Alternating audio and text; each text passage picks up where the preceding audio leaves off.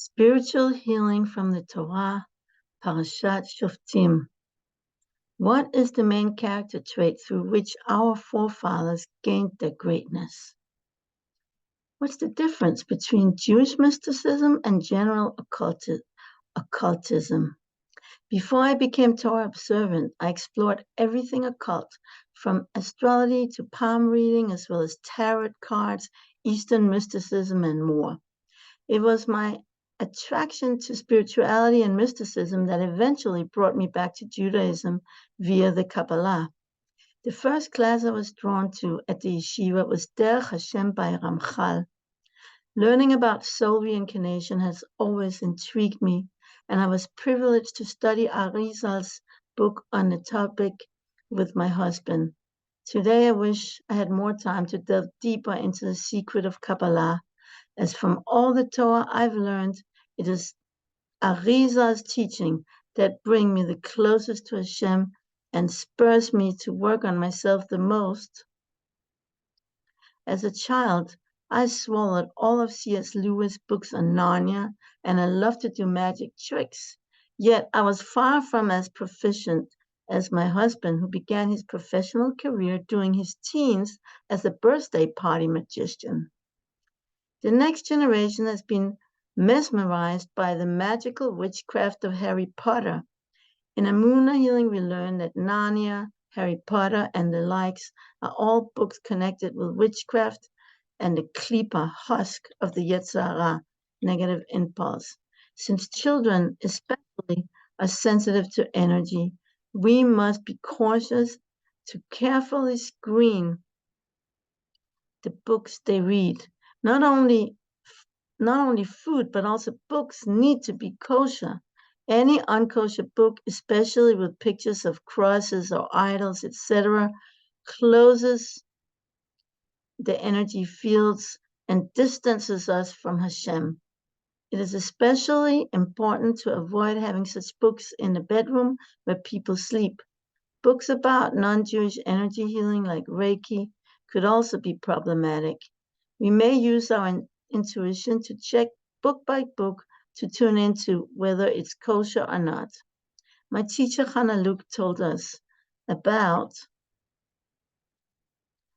a young man who all of a sudden became wildly psychotic. It turned out that under his bed there was a stack of all kinds of less than kosher journals. When they removed these journals, he calmed down.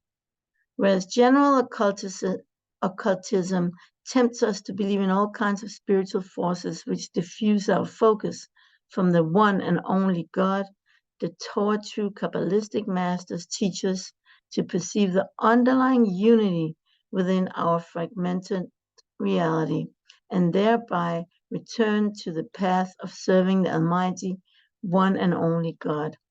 In Parashat Shoftim, the Torah denounces all kind of impure occultism and witchcraft, calling anyone involved in such practices an abomination, which Hashem will drive out from Israel.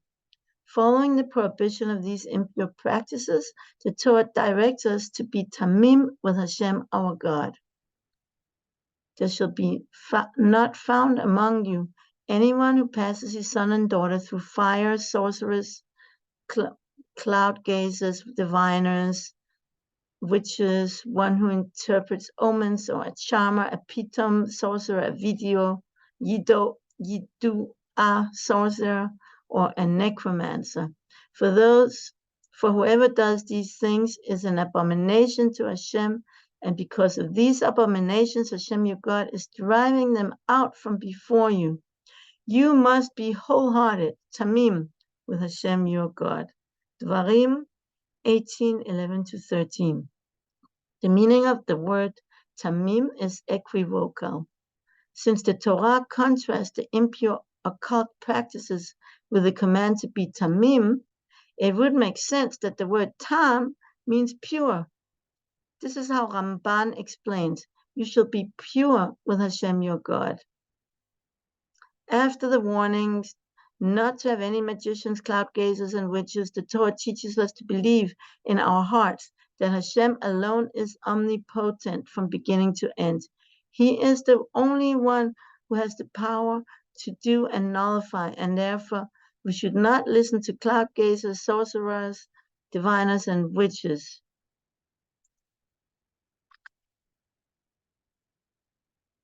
We may in no way believe that their words will be fulfilled, but we should decree in our hearts that everything is in the hand of the Supreme One, God the Almighty, who does a person good which was not predestined by his constellation and brings evil despite his constellation being good and fine. This is what they said about, go out of your constellation, what Hashem told Abraham. This principle, this is Ramban Bereshit 17:1. This principle is vital for our times in which we are so inundated by all kinds of spiritual remedies upon which even Torah observant people rely. Ramban teaches us to realize that whether any of these practices, including segulot from the Torah, are going to work or not is totally in Hashem's omnipotent hand. What does it mean to be Tamim with Hashem your God? Rashi explains based on Sifri that being wholehearted with Hashem your God implies that when you are Tam, then you are with Hashem your God. Walk before Hashem wholeheartedly and depend on Him, and do not inquire of the future. Rather, accept whatever happens to you with simplicity, and then you shall be with Him and become His portion. Tamim means to be wholehearted in all the trials which Hashem tests us. This implies that no matter what difficulty we may face, we must never lose faith. Everything is from Hashem, since He is the ultimate good, and we must wholeheartedly believe that every hardship is beneficial for us. It could be a test to help us grow, or alternative, suffering comes to atone for any sin we may have committed. The difference between Judaism and other religious beliefs is that their belief is based on a variety of terrifying phenomena in nature. As a result of the Gentiles' fears and traumas, they resort to means which would foretell them what to expect and to try to take precaution against any disaster that the stars foretell. We, who are convinced that Torah always has our best interest at heart, do not need to be terrified. You may therefore best translate this verse's meaning. You will be complete, i.e., and at ease with Hashem your God when you are Tamim, on the same way, meaning on the same wavelength as Hashem your God. Any evil in store for you, which you would find by consulting your horoscope, is not bound to happen anyway. Our patriarch Abraham is the best example of this. He thought that since according to his horoscope, he would not have any children, God could not give him a meaningful reward. Yet God taught him that he was above this zodiac and not bound by his horoscope. This is from Ohachaim Dvaim 18:1. Tamim may also imply acquiring the most possible perfection for the human being and knowing Hashem by knowing His ways and becoming like Him as much as possible. This is the final perfection of humans intended by Hashem in the creation when He said, "Let us make man in our image and likeness." Sforno, Bereshit 17:1. Balaturim notices that the letter Tav is large, indicating that if you walk wholehearted with Hashem, it is considered as if you have fulfilled the entire Torah from Aleph to Tav, like from A to Z, ready for passionately rational dedication of your life to Hashem. The highest level of Emunah is to totally trust Hashem without questioning Him, even in a fleeting thought. This was the level of the Jewish people when we said Naseh v'nishma, we will do and we will hear, Shmot 24/7, without even knowing what we were doing to be what we were going to be commanded to do. We were then called Yonati Tamati, my dove, my perfect one, Song of Songs 5:2. When Abraham, our father, willingly followed Hashem to sacrifice his son Yitzchak, he embodied the highest level of being Tam. Although the Akedah, the sacrifice of Yitzchak, was against all logic and against Hashem's prior promises that Yitzchak would be Abraham's successor, Abraham answered, Hineni, here I am, ready to perform Hashem's will, whatever it be. This is as it states, O God, I desire to do your will, Tehillim 49. All Abraham's desire and the purpose of his life was to make his will Hashem's will and to be completely betul to Hashem via gratuitous, passionate, trans-rational dedication. Through the greatness of his love of Hashem,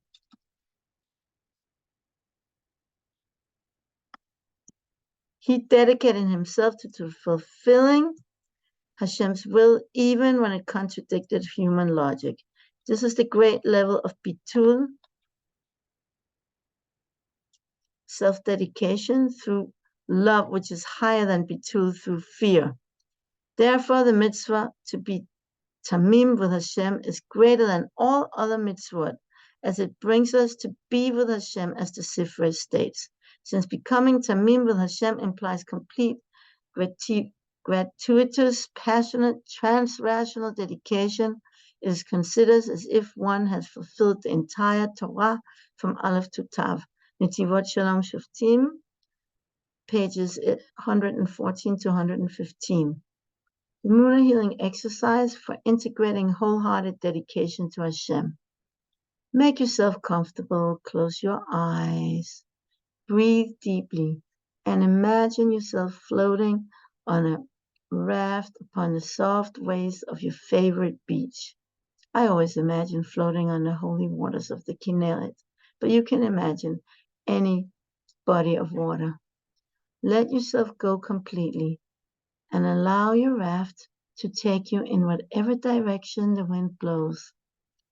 Fill your lungs with air and exhale as you let yourself trust completely that Hashem will stir your raft to secure shores.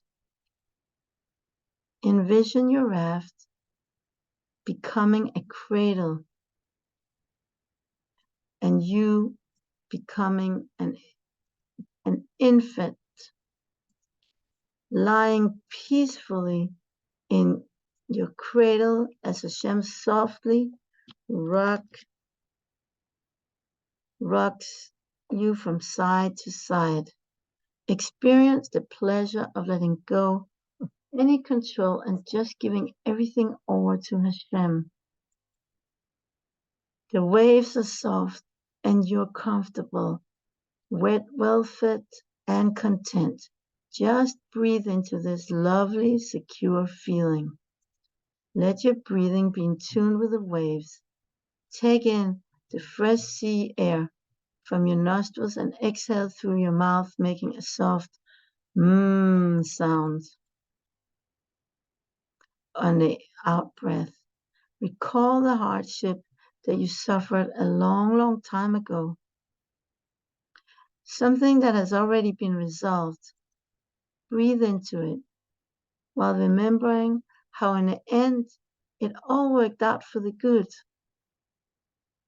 If you try to re-experience the suffering you went through, feel how the pain was lifted now that you are aware of the happy ending of that story. Return to the cradle, feeling how Hashem is rocking you softly. Breathe in tune with the waves. Again, take in the fresh sea air from your nostrils and exhale it through your mouth, making a soft sound on the out breath. Now recall a recent hardship that you may still be suffering. Allow yourself to feel the pain, noticing where in the body this pain resides. Breathe into the pain while feeling Hashem rocking you softly on the quiet waves. Make a conscious intention and speak words of trust within your heart, such as, Hashem, everything is from you, and you are only good, so everything is ultimately good and for the good. While tapping into your Emunah, envision the pain subsiding, melting into the waves, and disintegrating completely. Are you ready to dedicate yourself wholeheartedly to Hashem's will, whatever it may be? Imagine yourself and your raft attached to a larger boat. Wherever the boat goes, you follow happily and trustfully. You're becoming ready to do whatever Hashem asks of you, no matter how counterintuitive. Despite the odds and the ups and downs of your life, your trust in Hashem just keeps growing stronger and stronger. Imagining Hashem's greatness and His omnipotence helps you trust Him more and more and enables you to dedicate your life to serving Him.